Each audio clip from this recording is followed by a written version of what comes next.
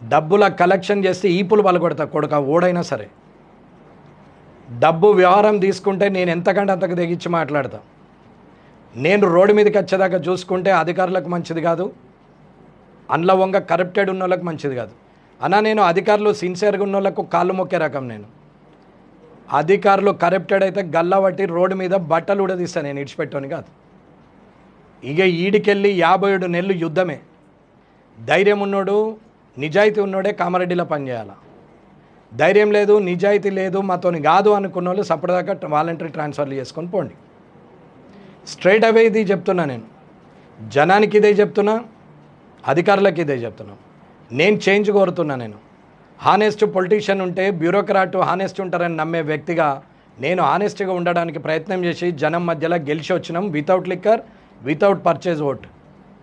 కానీ ఇవాళ అది కాకుండా డబ్బులు పెట్టే ప్రయోగాలు చేస్తున్నారు. ఆల్రెడీ కలెక్టరేట్లో చెప్పినా నేను, 100 రోజులు టైం ఇస్తున్నాము, ఈ లోపల తప్పులు చేసిన వాళ్ళు సరిదిద్దుకోవాలా, 100 రోజుల తర్వాత నేను స్టార్ట్ చేస్తే వెనక్కి తిరిగి రాను అని చెప్పినాం.